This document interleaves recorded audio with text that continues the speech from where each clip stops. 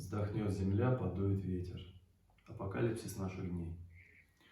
Вздохнет земля, подует ветер, и сдует всю мирскую пыль, развеет шлак дурных столетий, оставив смертным в письмах быль.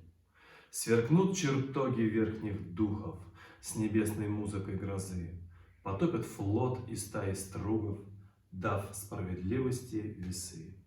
И миллионы грозных полчищ с больших степей, с больших дорог падут под звездопад час ночи, отдав осколки душ во строк. Зов звезд и шум ручьев подземных в бездонном омуте времен очистят мир от гнили скверны, отдав покою снова трон. И в глубине чащоб дремучих природы тьма ладов и нот вновь зазвенит аккордом звучным, и чернотроп вдруг зацветет.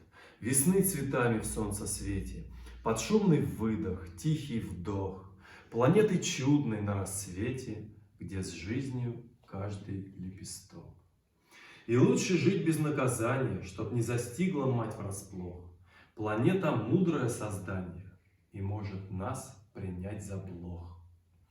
Созвучно, ладно, справедливо все, что в космической дали, и род людской не сиротливый, мы — дети матери Земли.